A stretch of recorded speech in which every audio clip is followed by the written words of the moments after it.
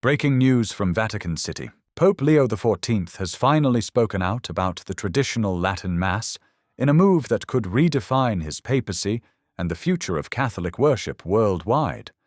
For months, a tense silence has hung over Rome regarding the older form of the Mass, a silence now shattered by a single, carefully weighed decision from the new pontiff. This comes at the exact moment a powerful, impassioned, open letter from Archbishop Viganò, directed squarely at Pope Leo, has shaken the Church, defending what Viganò sees as the very heart of Catholic identity. Meanwhile, the pastoral legacy of Pope Francis continues to echo, evidenced by the surprising emergence of a new liturgical form, the Mayan-style Mass for Creation, a development raising a multitude of questions across the global Church. To understand where all of this may lead, and why these seemingly disparate events are profoundly interconnected, make sure to stay with us until the end. In recent months, communities that follow the traditional Latin Mass have faced growing restrictions across the world. From Texas to Charlotte to Detroit, many of these limitations came with little explanation, leaving countless faithful confused and deeply discouraged. But now there's finally a bit of positive news. After a long period of silence and sudden decisions, the Vatican has granted a 2-year extension for the Latin Mass at St. Margaret Parish in San Angelo, Texas. This is the first special allowance of its kind under the leadership of Pope Leo. The decision, dated May 28, 2025, was confirmed by Bishop Michael Sis, who officially received approval from the Dicastery for Divine Worship. This special permission, technically called a derogation from Article 3, Paragraph 2 of Traditionis Custodes, allows the celebration of the traditional Latin Mass using the 1962 Roman Missal to continue for at least 2 more years within the parish church. Under the strict policies followed up until now, this practice was expected to be stopped entirely, with no exceptions. Father Ryan Rojo, who serves as the Director of Vocations and also helps care for the traditional Catholic community in the area, openly shared his appreciation. He thanked both the Pope and the Vatican office responsible for the decision, expressing relief and hope on behalf of the faithful who attend the Latin Mass. In a time when the older form of the Mass has often been treated like something outdated or unwelcome, this decision stands out. It interrupts a pattern of bans and exclusions. Even though it's a small gesture, it speaks loudly. Tradition is still alive, and perhaps not everything is lost. Pope Leo, who took office only a few months ago, has so far left in place the legal structure created by his predecessor, Pope Francis. However, by allowing this official extension, he shows a slight but meaningful shift away from the previous firm stance. It's a cautious move, but one that sends a message not through bold statements, but through quiet action. This decision suggests a possible openness to rethink the previous approach. Some see it as a sign of careful reflection, while others view it as just a small administrative step. But in the life of the Church, nothing is ever completely neutral. The fact that people are now speaking once again about dialogue, accompaniment, and even concessions, instead of only restrictions, is already a noticeable change in tone. It may signal the beginning of a shift where the Pope is no longer simply enforcing rules written by others, but instead acting as a true spiritual father, one who listens to his people. Still, one question remains. Is this the start of a new direction for the Church, or simply a brief moment of relief that will soon pass? This quiet shift was met with a strong and passionate response from Archbishop Viganò. On the Feast of Saints Peter and Paul, he released a powerful letter, full of emotion and sharp insight, calling on Pope Leo to bring back what he described as the Roman soul of the Church. For Archbishop Viganò, now largely sidelined by the very institution he once faithfully served, the ongoing restrictions on the traditional Latin Mass are not just about liturgy. He believes they reflect something deeper, a growing hostility toward the Church's Roman identity itself. In his reflection, Archbishop Viganò reminds us that being truly Catholic means being citizens of the Rome, where, in the words of the poet Dante, Christ is Roman. He isn't talking about the city as just a place on a map, but as something much deeper. Rome, in this sense, is a spiritual center, a sacred tradition, a culture rooted in centuries of faith. It's expressed through a shared language, Latin, a liturgical calendar, a treasury of saints, and sacred rites passed down from generation to generation. Because of this, Viganò boldly declares that all those who have tried to tear down this rich inheritance from the time of Martin Luther to the reformers of the Second Vatican Council are united by the same anti-Roman mindset. He sees their actions not as isolated reforms, but as part of a broader effort to cut the Church off from its roots. Viganò directly accuses certain leaders of the Second Vatican Council of allowing a small group of modernists to reshape the liturgy under the name of progress. In doing so, he believes they drained Latin of its spiritual meaning and turned the sacred liturgy into something that constantly changes, losing its timeless character.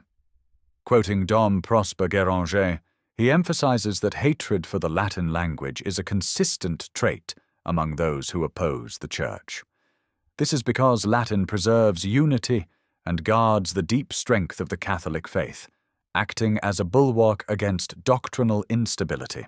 In one of the most emotional and passionate parts of his letter, Viganò addresses Pope Leo with a clear and urgent plea. He urges the Pope to let go of the confusion left behind by previous church reforms, what he calls Bugninian excesses, referring to Archbishop Annibale Bugnini, a key architect of the post-Vatican II liturgical changes, and liquid synodality. Instead, he asks him to fully embrace the role of the papacy, just as St. Peter did, feeding and guiding the flock with clarity, courage, and without compromise.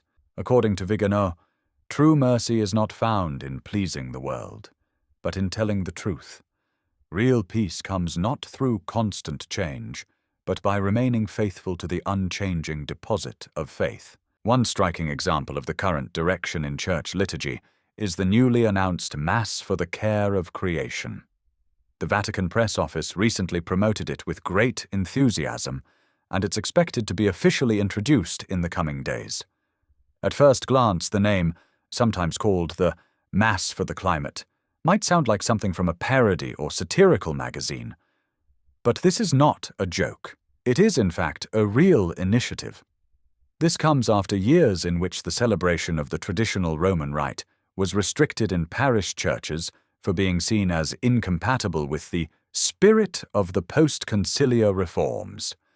Now, a new liturgy is being prepared, one that focuses on environmental issues, care for the earth, and ecological awareness. Its stated goal is to inspire the faithful to care more deeply about protecting the planet, our common home. However, to many observers, it feels more like a symbolic act meant to promote political or cultural messages, rather than a genuine effort to guide souls toward eternal salvation. While environmental care is important and aligns with Catholic social teaching, critics worry that such liturgies risk shifting the primary focus of the Mass away from the sacred mysteries of Christ's sacrifice and the eternal truths of the faith. The Mass for Creation will be presented by Cardinal Michael Czerny, who leads the dicastery for promoting integral human development, an office closely tied to the environmental teachings emphasized during the previous pontificate. He will be joined by Monsignor Vittorino Viola, who is known for his outspoken criticism of the traditional Latin Mass. According to multiple credible sources, Monsignor Viola even authored a document that aimed to fully ban the ancient Roman rite. He is also said to wear the episcopal ring of Archbishop Annibale Bugnini, the architect behind the sweeping liturgical changes that followed the Second Vatican Council. The situation has led to what many see as a strange and troubling paradox in today's church.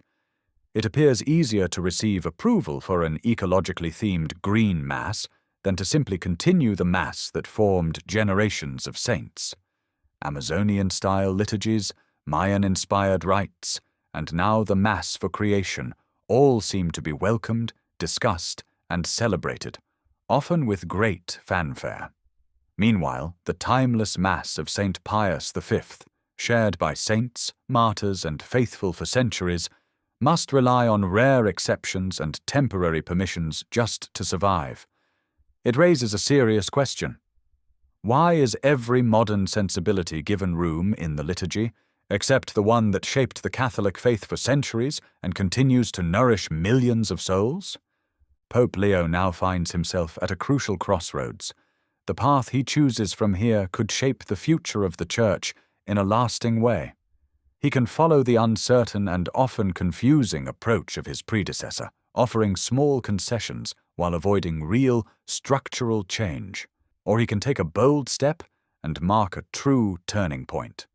He has the chance to restore the Church's liturgical and doctrinal identity, bringing back what many believe has been pushed aside for too long. The recent extension for the traditional Latin Mass in Texas is certainly a positive sign, a beacon of hope in a darkening landscape. But by itself, it falls short. It offers hope, yes, but not yet a full solution. Tradition should not be treated as something that requires temporary approval. It is not a favor to be granted.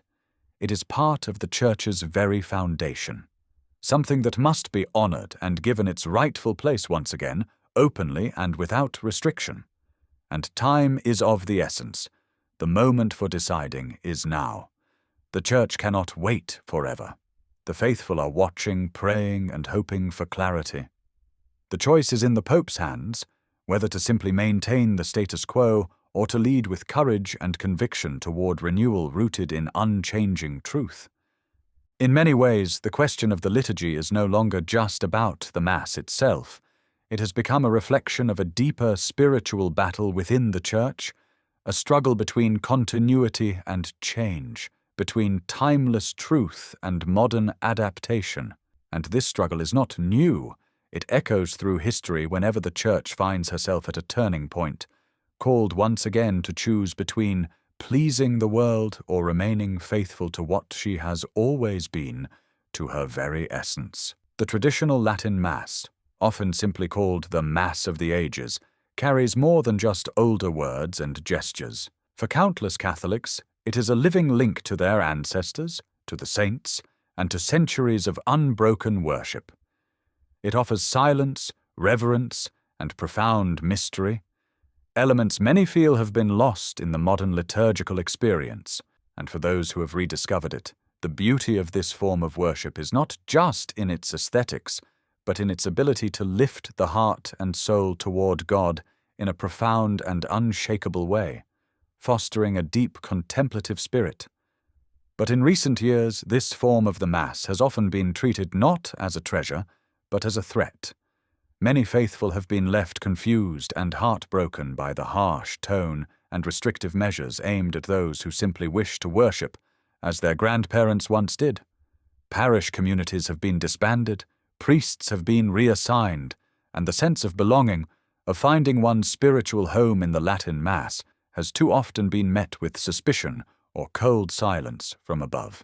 This tension has created a painful divide, a wound in the life of the Church that has yet to be healed. And now, into this pivotal moment, steps Pope Leo. His decision to allow a limited extension is being closely watched, not just by traditional Catholics, but by the entire Church. For many, it's more than a policy choice. It's a sign of whether this new papacy will continue the trajectory of liturgical restriction or open a new chapter of understanding, dialogue, and genuine unity. The Pope does not need to undo the Church's reforms. He does not need to declare sweeping reversals or ignite further division. What he needs to do is simple but profoundly powerful. He can acknowledge that there is room in the Church for her own traditions, that the desire for the sacred, the reverent, and the eternal is not a threat but a gift. In fact, the recent revival of traditional worship has not been fueled by anger or rebellion. It has been led, in many cases, by young people, young priests, and young families. Those who were born long after the reforms of the Second Vatican Council are now choosing freely and joyfully to return to the older rites, not out of mere nostalgia, but because they found something there that speaks deeply to their hearts. This quiet movement is growing not through politics, but through prayer not by force but by faith. And this is what makes it so powerful, because in a world that is loud, fast, and constantly changing, the Latin Mass offers something rare: stillness. In a time of confusion, it offers clarity. In a culture that chases trends, it remains rooted. And in an age that often forgets the sacred, it remembers.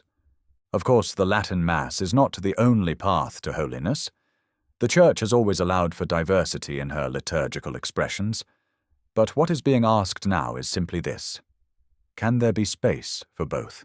Can unity be built not by flattening differences but by embracing the richness of the Church's full inheritance? This is the vision that many a praying Pope Leo will embrace, a vision not of division but of integration, not of suppression but of harmony.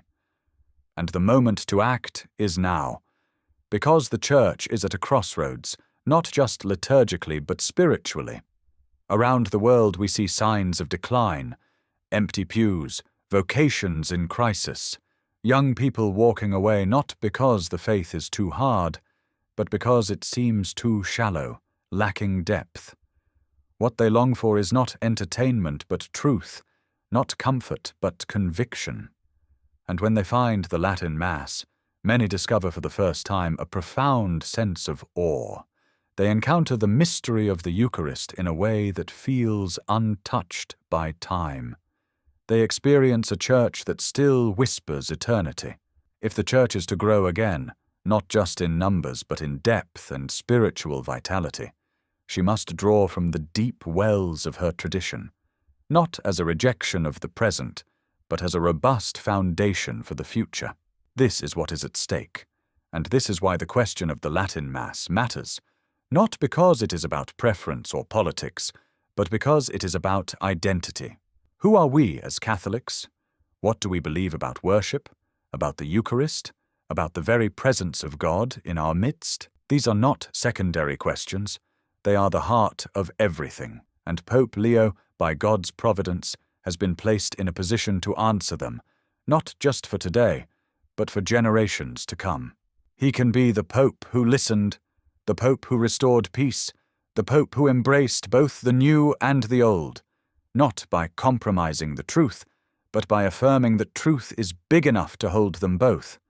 Or he can let this moment pass, let the opportunities slip away, leaving the wound unhealed. The world is watching, the faithful are praying, heaven is listening, and the time is now. At this pivotal moment in history, when so many voices speak, so many changes swirl, and so many hearts are searching, the Church does not need another program. She does not need another slogan or strategy. She needs clarity, she needs courage, and above all, she needs holiness. Whether you attend the Latin Mass or the Novus Ordo, whether you kneel in silence or sing with joy, what unites us is greater than what divides us. We are one Church, with one Lord and one mission: to seek God with all our hearts and to follow the truth wherever it leads. And so, we pray for Pope Leo that he may lead with wisdom, humility, and the strength of a true shepherd. We pray for our bishops and priests that they may listen with open hearts and protect what is sacred.